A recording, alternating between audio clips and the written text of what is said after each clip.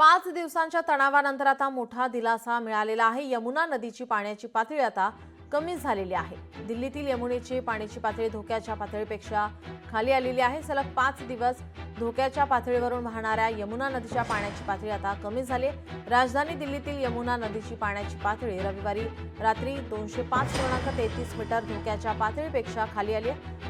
अधिकाऱ्यांच्या मते ही परिस्थिती दिलासादायक आहे, कारण गेल्या 5 दिवसांपासून पाण्याची पातळी सतत धोक्याच्या चिन्हाच्या वर होती। या काळात अनेक भागात पूरसदृश परिस्थिती निर्माण झाली आणि हजारो लोक विस्थापित झाले।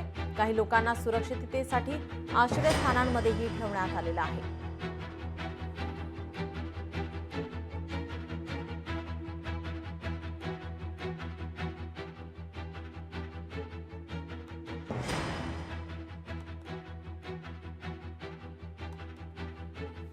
यमुना नदीची पाण्याची पातळी आता कमी झालेली पाहायला मिळते, त्यामुळे आता मोठा दिलासा हा 5 दिवसाच्या तणावानंतर आता मिळतोय।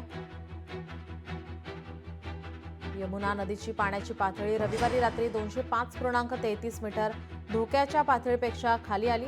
ही परिस्थिती दिलासादायक आहे असं अधिकाऱ्यांचं मत आहे, कारण गेल्या 5 दिवसांपासून पाण्याची पातळी सतत धोक्याच्या चिन्हाच्या वर होती आणि या काळात अनेक भागात पूरसदृश परिस्थिती निर्माण झाली होती। हजारो लोक विस्थापित झाले। काही लोकांना सुरक्षिततेसाठी आश्रयस्थानामध्येही ठेवण्यात आलं होतं। त्यामुळे आता 5 दिवस सलग धोक्याच्या पातळीवरून वाहणाऱ्या यमुना नदीच्या पाण्याच्या पातळीमध्ये आता या ठिकाणी पाण्याची पातळी कमी झाल्याची माहिती सध्या समोर येते।